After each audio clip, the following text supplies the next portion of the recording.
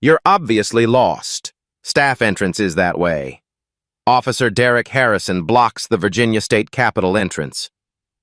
The distinguished black woman in the Navy stops mid-step, invitation in hand. Harrison snatches the paper, tears it in half. Pieces flutter to the marble steps. Service entrance, back alley. He shoves her shoulder hard. She stumbles but stays upright. Officer, there's been a misunderstanding. No misunderstanding here, sweetheart. His cold eyes scan her from head to toe with disgust. You don't belong with decent folk. The woman's jaw tightens. Her hands clench at her sides. Around them, elegant guests in evening wear pause their conversations. Harrison's radio crackles. All units, Governor's motorcade arriving at 10. The woman's lips curve into the faintest smile. Officer Harrison, I believe you're about to learn something very important. Have you ever witnessed someone judge a book by its cover, only to discover they were holding a masterpiece in their hands? 6 hours earlier, Maya Washington's alarm chimes softly at 5:30 a.m. She sits on the edge of her modest hotel bed, reviewing handwritten speech notes about criminal justice reform. Steam rises from her coffee cup as she underlines key passages with a blue pen. Her phone buzzes with updates from Chief of Staff Rebecca Stone. Maya scrolls through final logistics for tonight's Police Benevolent Association Gala. The annual event costs $500 per plate, honoring law enforcement excellence across Virginia. Maya requested to attend without her usual security detail. She wants to observe community relations firsthand, away from the protective bubble of governorship. Her bodyguards will maintain distance, positioned blocks away unless summoned. In the bathroom mirror, she adjusts her late mother's pearl necklace. The familiar weight brings comfort and strength. This one's for you, Mama, she whispers to her reflection. The Virginia State Capitol buzzes with September evening energy. Streetlights flicker on as the sun dips behind government buildings. Police Chief Bradley Morrison, a barrel-chested man with 3 decades on the force, oversees final preparations inside the grand ballroom. Morrison built his reputation on tough-on-crime policies. His officers respect his old-school approach, but community leaders increasingly challenge his methods. Tonight represents his department's biggest fundraising push before the legislature votes on Maya's comprehensive police reform bill. The marble-columned entrance gleams under spotlights. Ice sculptures shaped like police badges catch the light from crystal chandeliers. Silent auction tables display luxury items donated by local businesses, weekend getaways, jewelry, expensive dinners. Inside, politicians mingle with judges and business leaders. Officers wear crisp dress uniforms with polished badges reflecting the overhead lighting. Conversations flow over champagne glasses and hors d'oeuvres. The atmosphere carries underlying tension. Progressive city council members navigate carefully through the predominantly conservative crowd. Recent protests following an officer-involved shooting of an unarmed black teenager still echo in everyone's minds. Officer Derek Harrison adjusts his tie and checks his appearance in the lobby mirror. His 15-year career includes multiple excessive force complaints buried by union protection. Colleagues know his reputation for racial slurs and aggressive tactics in minority neighborhoods. Last month, Harrison was passed over for detective promotion due to attitude issues. The rejection stings deeply. He blames political correctness and changing departmental policies for holding back good officers like himself. Harrison's partner Tommy Brennan, a fresh-faced rookie, fidgets with his uniform collar. At 25, Brennan joined the force hoping to build community trust. He's heard whispered stories about Harrison's methods but lacks the seniority to challenge them. The string quartet transitions into patriotic melodies as guests continue arriving. Luxury cars discharge passengers at the curved driveway. Valets in white jackets sprint between vehicles, keys jingling in their hands. Chief Morrison surveys the crowd from the ballroom entrance. Tonight's success determines funding for next year's operations. Budget cuts loom if the reform bill passes with its current accountability measures. His phone displays notifications about Maya's attendance.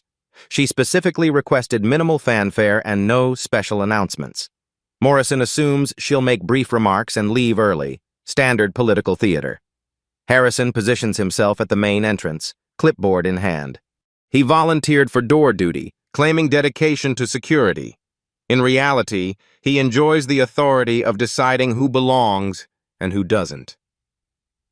The evening air carries sounds of approaching vehicles. Harrison's radio crackles with updates about arriving dignitaries. He straightens his shoulders, relishing his gatekeeper role. Brennan stations himself nearby, observing Harrison's increasingly aggressive questioning of certain guests. Something feels wrong, but he can't pinpoint exactly what. Maya's black sedan pulls up to the entrance. She chose a simple government vehicle instead of the official limousine. The driver opens her door, and she emerges with quiet confidence. Her navy business suit is perfectly tailored but not ostentatious. The pearl necklace catches the streetlight as she smooths her jacket. In her purse, the speech draft contains passionate words about bridging divides between law enforcement and communities of color. She approaches the entrance with measured steps, heels clicking on marble. Other guests stream past, their conversations creating a gentle murmur in the cooling air. Harrison notices her approach and straightens to his full height. His eyes narrow as he assesses her appearance.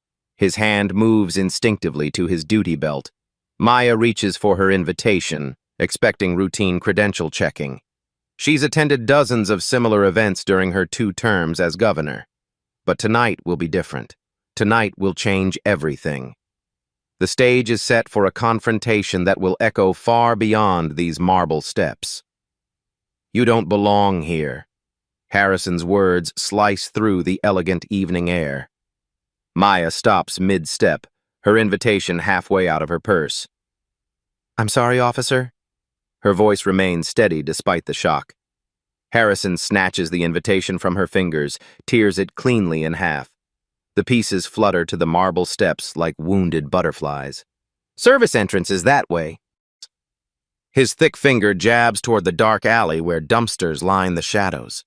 The smell of rotting garbage drifts on the evening breeze. Maya's jaw tightens. "Officer, there's been a misunderstanding." "No misunderstanding here, sweetheart." Harrison's voice drips with condescension. "This is a respectable gathering." Around them, elegant guests pause their conversations. Designer gowns rustle as women turn to stare. Men in expensive suits whisper behind cupped hands. The soft melody from the string quartet continues, creating a surreal soundtrack to the unfolding drama. Maya bends to collect the torn invitation pieces. As she rises, Harrison steps closer, invading her personal space. His breath smells of coffee and cigarettes. "Ma'am, I'm going to need you to step away from this entrance." "On what authority?" Maya's question is calm but firm. Harrison's hand drops to his handcuffs. The metal clinks against his belt like wind chimes in a storm.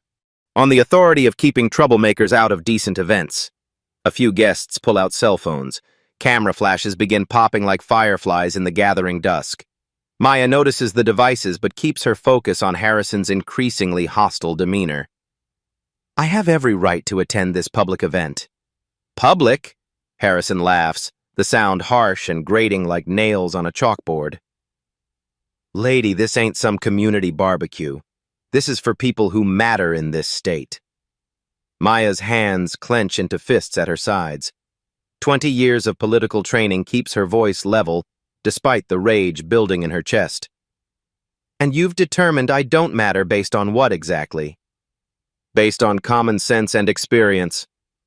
Harrison's radio squawks with static. A dispatcher's voice cuts through. "Unit 47, status report on VIP arrivals." Harrison keys his radio without taking his eyes off Maya. "Unit 47, handling trespasser situations at the main entrance. Will clear shortly." The word trespasser sends murmurs through the growing crowd. More phones emerge from purses and pockets. The clicking of camera shutters increases like rainfall on a tin roof. Tommy Brennan approaches from his position near the side entrance. His young face shows confusion and concern. His uniform is crisp, his boots polished to mirror brightness. Derek, what's the situation here? Got a woman trying to crash the party, rookie. Probably looking to steal purses or cause some kind of disruption. Brennan glances at Maya, then at the torn invitation pieces on the ground. Something doesn't feel right about this entire encounter.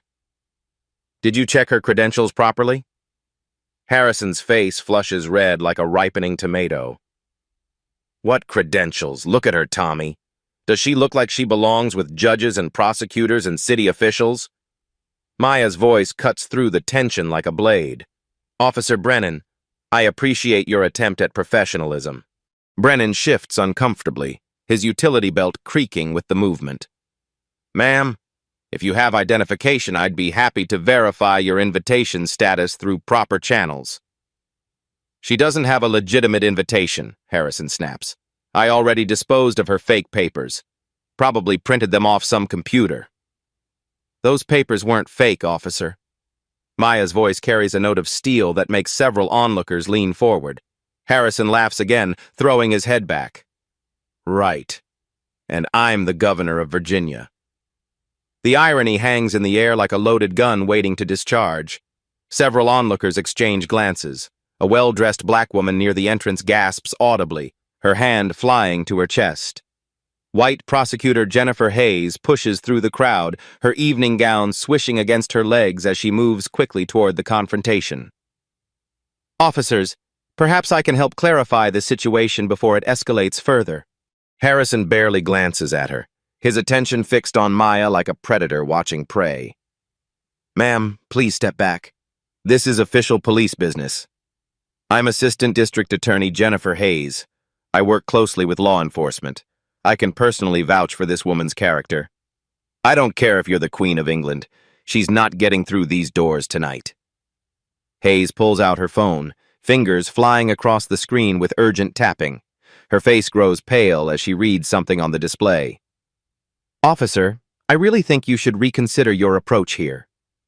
Harrison's patience snaps completely like a rubber band stretched too far. Lady, back off before I arrest you for interfering with a police investigation. The crowd gasps collectively. Interfering with what investigation? Hayes retreats several steps, but her phone remains raised, recording everything with steady hands. Maya watches the exchange with growing amazement mixed with horror. She's witnessed institutional racism in legislative meetings and policy hearings, but never experienced such blatant public discrimination firsthand.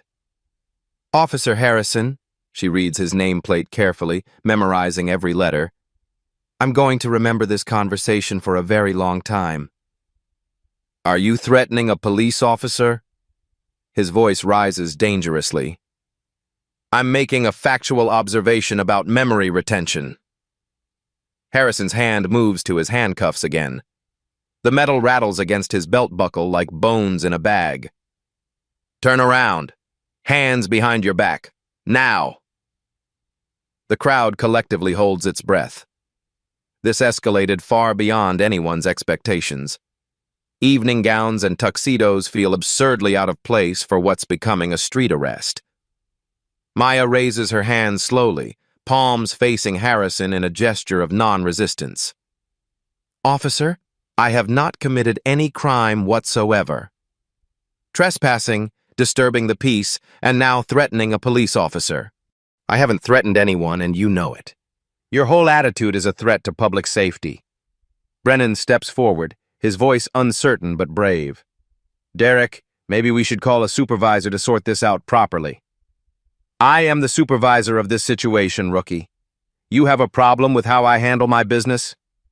Brennan retreats, but his hand hovers near his own radio. Something is very wrong with this entire scenario, and his training tells him to document everything. Chief Morrison emerges from the building, drawn by the commotion like a moth to flame. His dress uniform gleams with medals and ribbons earned over 3 decades of service. He surveys the scene with practiced eyes. Harrison, what's the problem out here? Chief, got a trespasser refusing to leave the premises, causing a disturbance among our guests. Morrison barely glances at Maya, dismissing her with the casual indifference of someone accustomed to making quick judgments. Handle it quickly and quietly. We can't have disruptions tonight. His dismissal stings worse than Harrison's overt hostility. This is the man supposedly responsible for reforming the department, yet he won't even hear her side of the story. Morrison disappears back inside through the gleaming doors, leaving Harrison emboldened and validated in his actions. You heard the chief. Time to go to jail. Harrison grabs Maya's arm roughly, his fingers digging into her jacket sleeve like claws. Maya winces but maintains her composure, knowing that resistance will only escalate the situation further. Officer, you're hurting me. Should have thought of that before you decided to cause trouble at a respectable event. The crowd presses closer, phones held high like digital torches. Live streams begin broadcasting to social media platforms across the internet. Hashtags start forming spontaneously. Hashtag police abuse. Hash racial profiling. Hash justice. Now. Hash governor arrested. Reporter Sarah Carter pushes through the crowd, her cameraman trailing behind with professional equipment. The red recording light glows like an angry eye in the gathering darkness. Officer, can you comment on the specific charges you're filing against this woman? Harrison puffs up with self-importance, chest swelling like a peacock displaying its feathers. Routine trespassing arrest. Nothing more to see here. Move along, people. Chen turns to Maya with practiced professionalism. Ma'am, would you like to make a statement about what's happening here? Harrison blocks access aggressively, stepping between the reporter and Maya. She's in police custody. No media contact allowed during an active arrest. But Maya catches Carter's sharp eyes, nodding subtly toward the scattered invitation pieces still littering the marble steps. Carter's journalistic instincts kick into high gear immediately.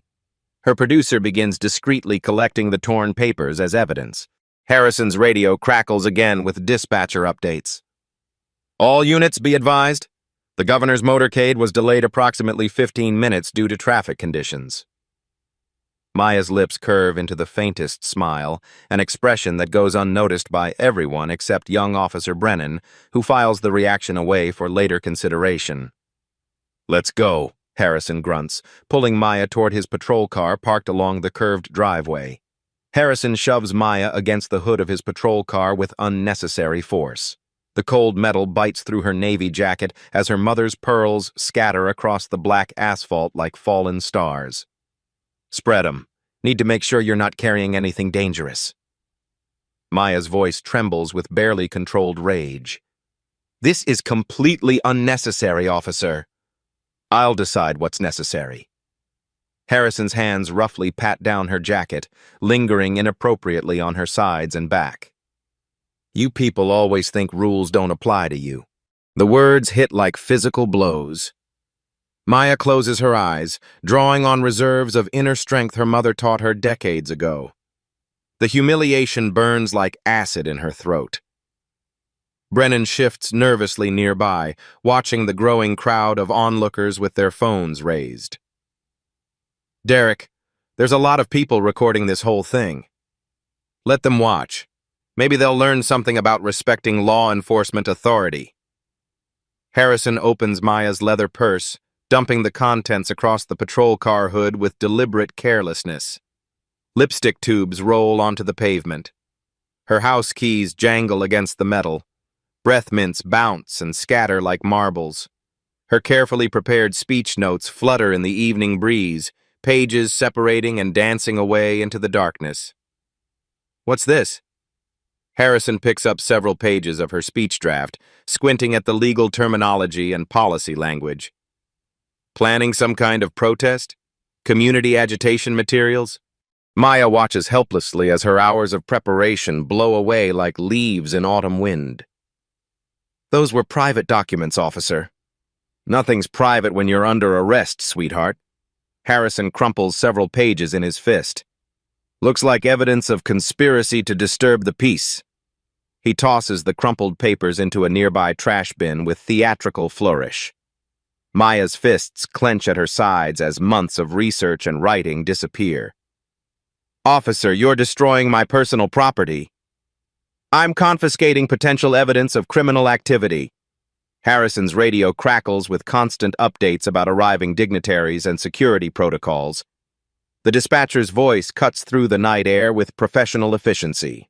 Unit 47, be advised. Multiple VIPs en route. Maintain a security perimeter around the main entrance. Harrison keys his radio with one hand while keeping the other on Maya's shoulder. Copy, dispatch. Handling trespasser situations. We'll clear the area shortly for VIP arrivals. Maya listens intently to the radio chatter about motorcade routes and arrival times. Her slight smile returns as pieces of a larger puzzle begin falling into place. Something funny about police procedure? Harrison notices her expression. Not at all, officer. I find law enforcement protocols fascinating. Brennan approaches cautiously, his young face creased with growing concern. Derek, something doesn't feel right about this whole situation. Your problem is you think too much, rookie. Sometimes police work is simple. Bad people do bad things, and we stop them. Harrison yanks Maya's arms behind her back roughly, metal handcuffs biting into her wrists. He deliberately tightens them beyond necessity, cutting off circulation. Officer, these are too tight. They're cutting off blood flow. Should have thought of that before you decided to trespass on private property. Maya's wedding ring catches on the metal handcuff chain, scratching her finger. A small drop of blood wells up and drips onto the cold steel. Several onlookers gasp audibly. Someone in the crowd shouts, "Police brutality!" The accusation hangs in the air like smoke.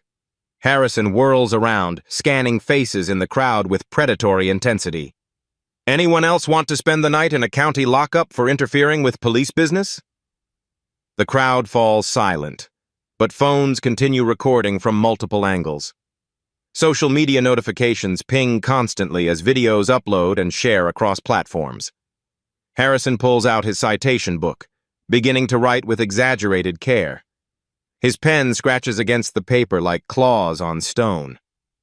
Let's see here. Trespassing on private property. Disorderly conduct in a public place. Resisting arrest. Maya's voice remains steady, despite her mounting anger. Officer, I have not resisted anything. You resisted when you argued with my lawful orders about leaving the premises. Brennan pulls out his own citation book reluctantly, his hands shaking slightly. Derek, that's not really resisting arrest in the legal sense. Write her up for failure to comply with lawful police commands, too. Harrison's radio squawks again with urgent dispatcher updates. All units, Governor's motorcade now 10 minutes out. Clear all non-essential personnel from Capitol grounds immediately. Maya's smile widens imperceptibly. The timing couldn't be more perfect. Reporter Sarah Carter approaches with her cameraman, professional equipment capturing everything in high definition. Officer, can you provide details about the specific charges you're filing against this woman? Harrison straightens his shoulders, clearly enjoying the attention and authority. Routine arrest for trespassing and disturbing the peace. Standard police work. Chen turns toward Maya with practiced journalistic skill. Ma'am, would you like to make any statement for our viewers? Harrison blocks access aggressively, stepping between them like a human wall. She's in police custody. No media interviews during active arrest procedures. But Maya catches Carter's intelligent eyes, nodding subtly toward her scattered belongings and the torn invitation pieces still littering the marble steps. Chen's sharp reporter instincts activate immediately.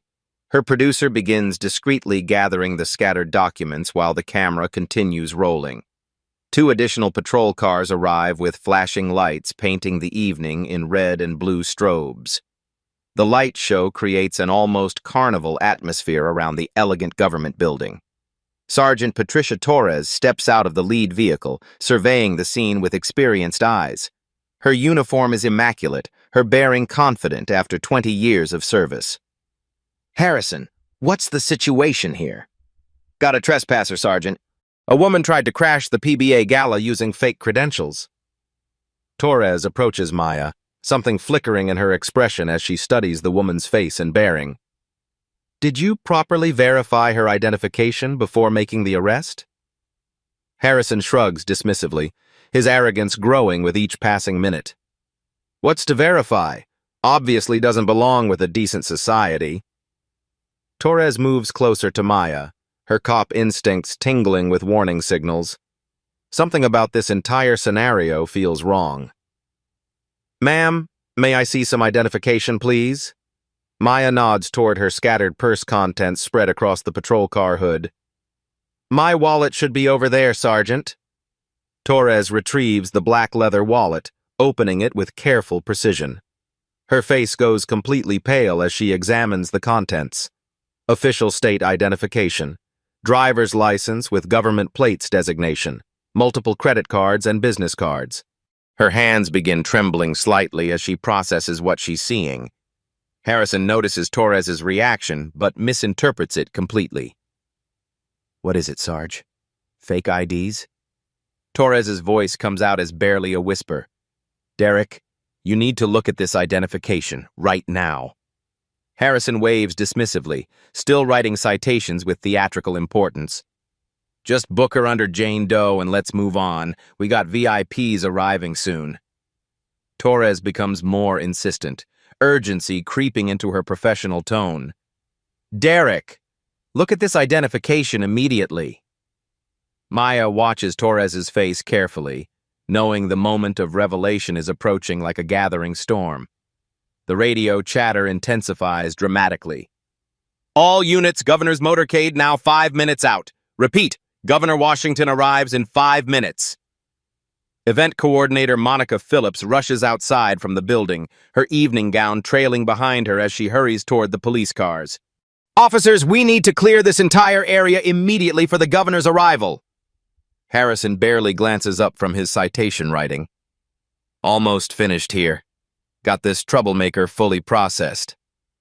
Phillips checks her watch anxiously, her face creased with worry about protocol and timing. Maya's quiet voice cuts through the chaos with calm authority. Sergeant Torres, perhaps you could inform Officer Harrison exactly who he has in handcuffs.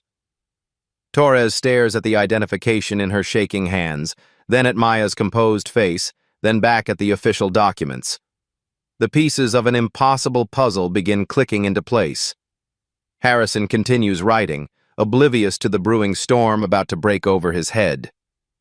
Yeah, just another troublemaker who thought she could crash a fancy party. Torres opens her mouth to speak, but no words come out. Maya's smile grows wider as the sound of approaching sirens fills the night air. The governor's motorcade is almost here. Torres hands Maya's identification to Harrison with trembling fingers that betray her shock. Harrison glances down casually, then freezes completely. His citation book slips from numb fingers, clattering onto the asphalt. The ID reads in bold letters. Maya Washington, Governor, Commonwealth of Virginia. Harrison's face drains of all color like water flowing from a broken dam. His mouth opens and closes soundlessly, resembling a fish gasping for air on dry land. Maya's voice carries calm authority that cuts through the evening air. Good evening, Officer Harrison. This can't be real. Harrison's hands shake as he stares at the official identification. This has to be some kind of mistake.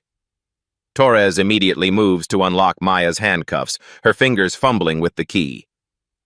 Governor Washington, I am profoundly sorry for this entire situation. The metal cuffs fall away, leaving angry red marks on Maya's wrists where they cut into her skin. Small drops of blood from her scratched wedding ring finger dot the handcuff chain. Brennan leans over Harrison's shoulder to see the identification, his young face going white with horror.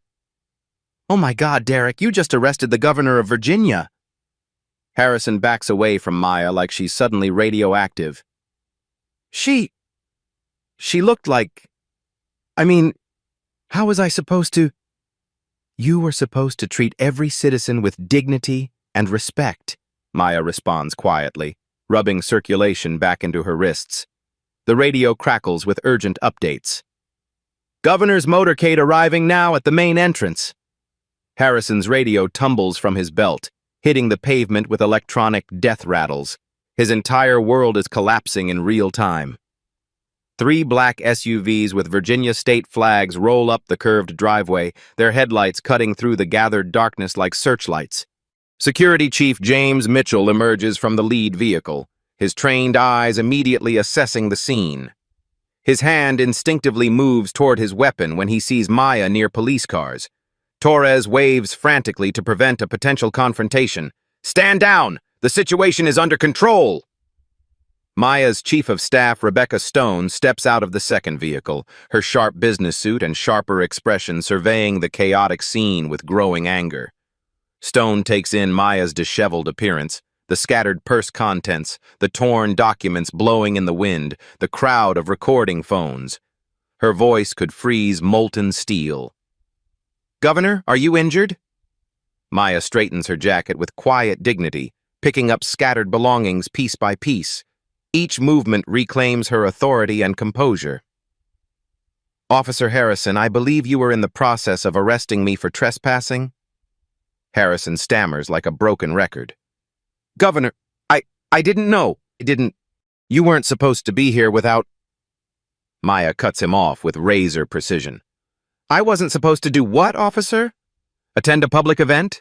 Exist in a public space while black?" Torres attempts damage control desperately.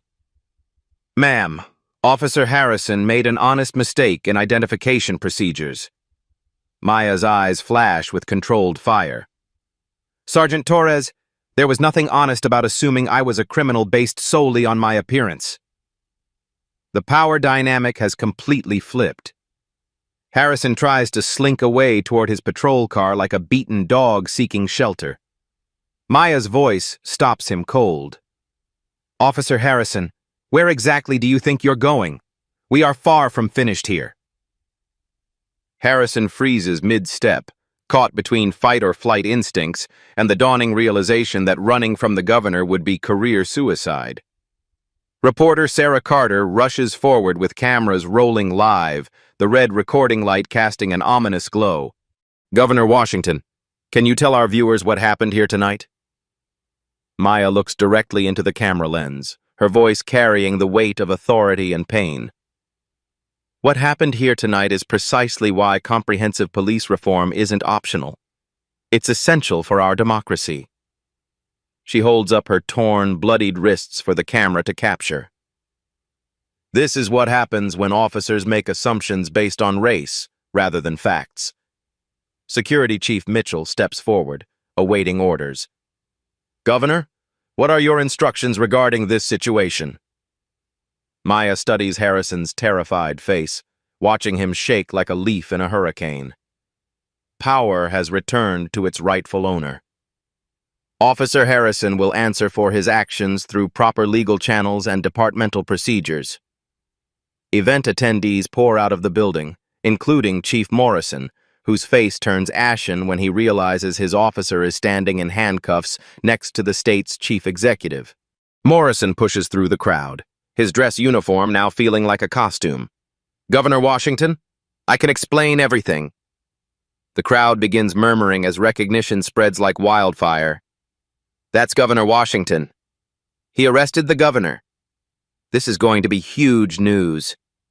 Some onlookers begin applauding Maya's composure and dignity under pressure. The sound grows from scattered claps to sustained ovation. Harrison's fellow officers distance themselves, suddenly finding great interest in their shoes and avoiding eye contact. Maya addresses the gathered crowd with natural political skill. "Ladies and gentlemen, you've witnessed exactly why police reform isn't just policy, it's a moral imperative." She picks up her mother's scattered pearls one by one, each pearl representing reclaimed dignity and restored authority. "Officer Harrison, you placed me under arrest. Tell me, what were the specific charges?" Harrison's voice cracks like a teenage boy's. There were no real charges. It was all a misunderstanding." "Was it a misunderstanding when you shoved me against your car? When you illegally searched my belongings? When you destroyed my personal documents?" Each question hits like a physical blow. Harrison has no answers, no excuses, no escape route. The governor of Virginia stands victorious, justice flowing back like a tide that cannot be stopped. Harrison drops to one knee in a desperate theatrical gesture, his uniform pants scraping against the rough asphalt. "Governor, please, I am so deeply sorry. I made a terrible, terrible mistake." Maya remains unmoved by the performance, her voice steady as granite. "Officer Harrison, your mistake wasn't procedural.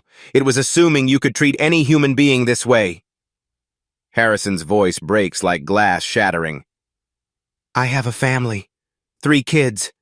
Please don't destroy my life over one bad judgment call.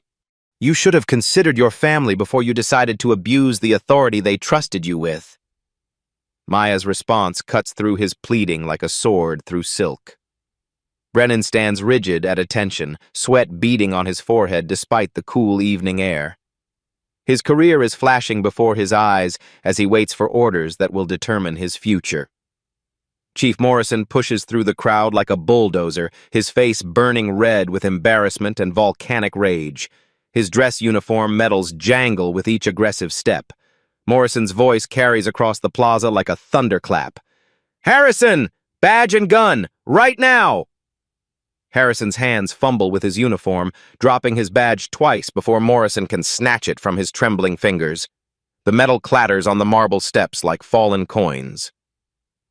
"Officer Derek Harrison, you are hereby suspended from duty pending full internal investigation." Maya's voice cuts through Morrison's announcement with quiet authority. "Chief Morrison, suspension seems woefully insufficient given the circumstances we've all witnessed." Morrison's eyes meet Maya's, and he sees steel wrapped in silk. "Governor, I assure you this matter will be handled with complete thoroughness and transparency." Maya's slight smile contains no warmth whatsoever. "I'm counting on that assurance, Chief. The entire state will be watching." Torres begins documenting everything on her official incident report, her pen scratching rapidly across the forms. The sound resembles claws on stone in the tense silence. Multiple witnesses volunteer to provide detailed statements to the responding supervisors. Event attendees line up like voters at a polling station, eager to contribute their observations. Reporter Carter's live broadcast reaches thousands of viewers online, the numbers climbing exponentially as shares and retweets multiply across social platforms. Maya's security detail reviews their own surveillance footage, comparing timestamps and angles to create a comprehensive record of events. Social media explodes with hashtags: #Governor, arrested, #police accountability, #justice served, #Maya Washington. The story spreads like wildfire through digital networks. An EMT arrives to document Maya's injuries from the too tight handcuffs. The paramedic photographs the angry red welts and cuts from her wedding ring with clinical precision. "Ma'am, these abrasions need proper cleaning and bandaging. I recommend a hospital evaluation." Maya examines her wounded wrists with calm assessment. "Document everything thoroughly, but I have work to do tonight." The medical report notes psychological trauma from public humiliation alongside the physical evidence. Each photograph becomes potential evidence in future proceedings. Maya approaches a cluster of microphones that reporters thrust toward her like spears. Camera flashes pop like strobe lights at a nightclub. "What you witnessed tonight is not an isolated incident. It's a symptom of systemic problems that plague law enforcement across our nation." Her voice carries both pain and power, vulnerability wrapped in strength. "No citizen of this Commonwealth should endure what I experienced simply for existing in a public space." Harrison watches from inside a patrol car, his head buried in his hands like a child hiding from monsters. This incident demonstrates precisely why comprehensive police reform cannot wait another legislative session. Maya's words will become sound bites on every major news network within hours. Internal Affairs. Detective Maria Santos receives urgent orders to respond immediately to the scene. Her phone buzzes with constant updates as she races through evening traffic. All officers involved face mandatory questioning. Body camera footage from multiple angles gets secured as evidence in locked departmental storage. Maya's security detail provides their own surveillance recordings to investigators, creating a comprehensive timeline of events. Chief Morrison speaks quietly into his phone. Harrison will be lucky if criminal charges are the worst thing he faces after this disaster. Maya's Chief of Staff, Rebecca Stone, coordinates response strategies with lightning efficiency. Press conferences get scheduled. Legislative allies receive urgent briefings. Opposition politicians scramble to distance themselves from the controversy, their phones ringing constantly with damage control calls. Police union representatives rush toward damage control, but the video evidence makes their job nearly impossible. Maya's approval ratings are set to skyrocket overnight as news spreads across state and national media outlets. The immediate consequences cascade like dominoes falling in perfect sequence. Harrison's career lies in ruins. Morrison faces intense scrutiny. The entire department confronts a reckoning that's been decades in the making. Maya stands at the center of the storm, transformed from victim to catalyst for the justice she's fought her entire career to achieve. 3 weeks later, the Virginia state capitol buzzes with unprecedented media attention. Detective Maria Santos closes her comprehensive internal affairs investigation file with a definitive snap that echoes through the conference room. Her report documents a disturbing pattern spanning Harrison's 15-year career. 5 separate complaints from black citizens over 2 years, each buried by union protection and administrative indifference. Body camera footage reveals Harrison systematically turning off his equipment during traffic stops in minority neighborhoods. The technical evidence paints a picture of deliberate misconduct designed to avoid accountability. Maya's arrest represents Harrison's most brazen abuse of power, captured from multiple angles by dozens of witnesses and security cameras. The evidence is overwhelming and undeniable. Santos's investigation forces the department to acknowledge systemic failures in accountability that allowed Harrison's behavior to escalate unchecked for years. National news outlets descend on Richmond like locusts. CNN anchors broadcast live from the Capitol steps. MSNBC panels debate police reform legislation. Fox News hosts struggle to defend the indefensible. Maya appears on morning shows across the country, her composed dignity transforming her from victim to national symbol of grace under pressure. Good Morning America features her story as their lead segment. Maya sits across from Robin Roberts, her mother's pearl necklace catching studio lights. What went through your mind when Officer Harrison put you in handcuffs? I thought about every person of color who has endured similar treatment without cameras recording, without public attention, without the protection of political office. Harrison's history of racist complaints finally receives public scrutiny after years of bureaucratic burial. Local newspapers publish investigative series detailing his pattern of abuse. The police union's weak defense crumbles under media pressure like a house of cards in a hurricane. Their carefully crafted statements ring hollow against video evidence. Maya transforms her platform into a megaphone for police accountability, speaking at churches, universities, and community centers across the state. My experience that night was not unique. It was simply visible. Her words resonate through communities that have suffered in silence for generations. Commonwealth Attorney David Richardson announces criminal charges at a packed press conference. Flash photography creates a constellation of light bursts. Officer Derek Harrison is charged with assault under color of authority, false imprisonment, and federal civil rights violations. Federal prosecutors add hate crime enhancements, citing Harrison's recorded statements as evidence of racial motivation. The charges carry potential prison sentences that could destroy his future completely. Maya's testimony provides crucial evidence of racial bias that Harrison's own words on body camera footage reinforce beyond reasonable doubt. Officer Tommy Brennan cooperates fully with prosecutors in exchange for immunity, his conscience finally overriding loyalty to his disgraced partner. The Department of Justice launches a comprehensive civil rights investigation into the entire police department's practices and procedures. FBI agents examine other officers in Harrison's unit, uncovering patterns of racial profiling documented across hundreds of cases and traffic stops. Chief Morrison faces federal oversight as consent decree negotiations begin. His 3-decade career ends in disgrace and forced early retirement. Maya's administration works directly with DOJ officials to implement sweeping reforms that will transform policing statewide. The trial transforms Richmond's federal courthouse into a media circus. Overflow crowds pack the courtroom while protesters line the streets outside. Maya takes the witness stand with quiet dignity, recounting her humiliation in measured tones that carry more power than shouting ever could. Officer Harrison didn't see the governor of Virginia that night. He saw a black woman, and that was enough for him to assume I was a criminal. Harrison's defense attorney argues desperately for a momentary lapse in judgment, but the evidence tells a different story entirely. Prosecutor Jennifer Martinez plays body camera footage showing Harrison's callous remarks and deliberate cruelty. The jury watches in stunned silence. Ladies and gentlemen, this wasn't a mistake.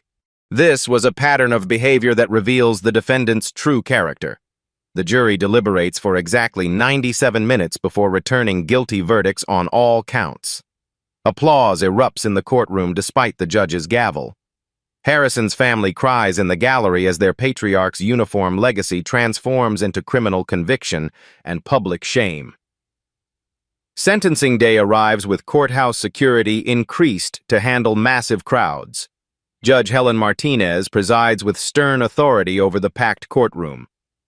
Maya provides a victim impact statement that will be quoted in law journals and civil rights textbooks for decades. This case was never about personal revenge. It was about ensuring that what happened to me never happens to another citizen of this Commonwealth. Officer Harrison's actions represent institutional failures that we must address through systemic reform, not just individual punishment.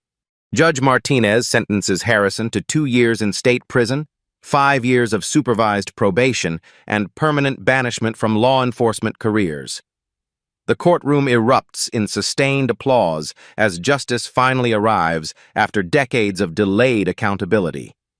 Maya's comprehensive police reform bill passes the state legislature unanimously, a political miracle born from moral imperative. Even conservative Republicans cannot oppose reforms after witnessing Harrison's conduct. Body cameras become mandatory statewide. Citizen oversight boards gain subpoena power. Qualified immunity protections face strict limitations. Harrison's criminal conviction becomes a textbook case study in police academies across America, taught as an example of how not to serve communities. Community relations programs receive full funding as departments scramble to repair damaged relationships with minority neighborhoods.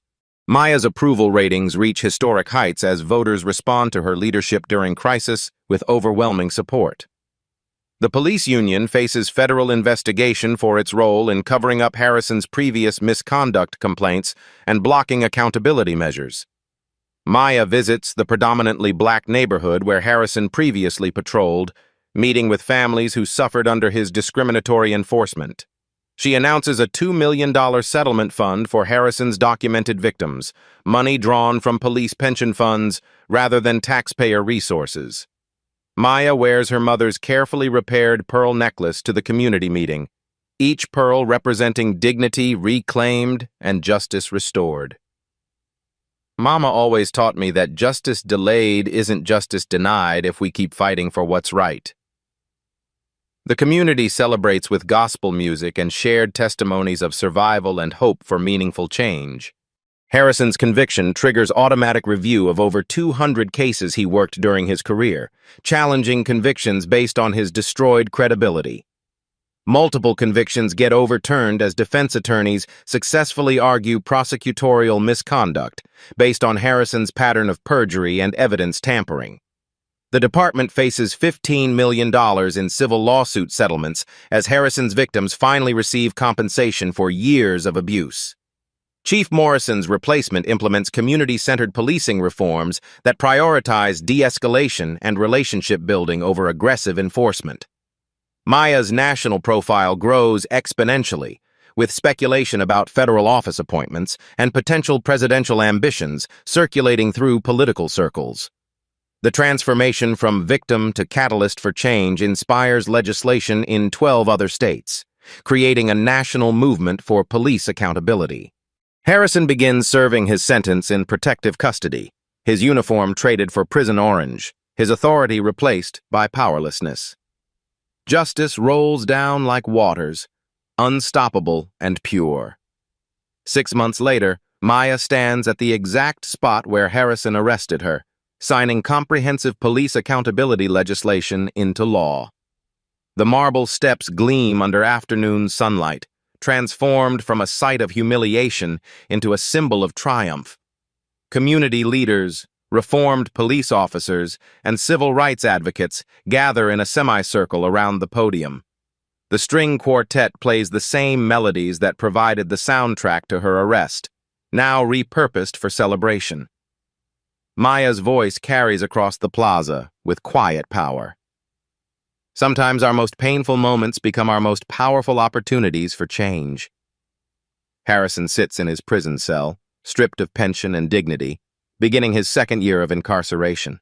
His former colleagues avoid mentioning his name, treating him like a ghost from an embarrassing past. Maya visits Mount Olive Baptist Church, where her mother instilled values of justice and perseverance decades ago. Stained glass windows cast rainbow light across wooden pews worn smooth by generations of worshipers. She addresses the congregation that raised her, their faces reflecting pride mixed with recognition of how far they've traveled together. God doesn't give us more than we can handle, but He expects us to handle what we're given with grace and purpose. Her mother's Bible verse, framed behind her Capitol office desk, guides daily decisions. Let justice roll down like waters and righteousness like a mighty stream. The Maya Washington Foundation for Police Accountability launches its first training academy, teaching de-escalation techniques and cultural sensitivity to law enforcement across 12 states. Harrison's case became required study material in law schools nationwide, analyzed in constitutional law classes and civil rights seminars as a watershed moment. The annual Maya Washington Lecture Series on racial justice attracts speakers from across the political spectrum, creating dialogue where division once festered. Former Officer Brennan now works as community liaison, his conscience transformed by witnessing Harrison's abuse of power. His testimony helped convict his former partner. Sergeant Torres earned promotion to chief, implementing Maya's reform vision with the zeal of someone who witnessed systemic failure firsthand. Crime rates drop significantly while community trust increases, proving that accountability and effective policing can coexist successfully. Maya announces her re-election campaign focused on expanding criminal justice reform to neighboring states, her platform built on lived experience rather than theoretical knowledge. National Democratic Party leaders court her aggressively for federal office, recognizing her unique combination of moral authority and political skill. Speaking engagements across the country inspire other leaders to confront uncomfortable truths about institutional racism and police misconduct in their own jurisdictions. A documentary about Maya's experience wins 3 Emmy nominations, bringing her story to international audiences hungry for examples of justice prevailing. Publishers compete for her book deal, eager to share her insights on leadership, resilience, and transforming trauma into positive change. International speaking tours on police reform begin next month, with requests from Canada, United Kingdom, and European Union nations facing similar challenges. Maya sits behind her governor's desk, state flag draped behind her, mother's pearls gleaming at her throat like armor made of dignity. She looks directly into the camera with the same quiet intensity that carried her through that terrible night. What happened to me could happen to anyone who looks like me, walks like me, or simply exists while black in America. Her words carry weight earned through suffering transformed into strength. But it doesn't have to keep happening if we all commit ourselves to meaningful change rather than comfortable complacency. Real justice isn't about revenge against individual officers like Harrison. It's about preventing the next Maya Washington from experiencing what I endured. Every time we speak truth to power, we make our communities a little safer, a little more just, a little closer to the ideals we claim to cherish. Maya pauses, letting her words settle like seeds in fertile ground. If this story moved you, don't just watch and scroll past. Take action in your own community. Share this video to spread awareness about the ongoing need for police reform and accountability measures.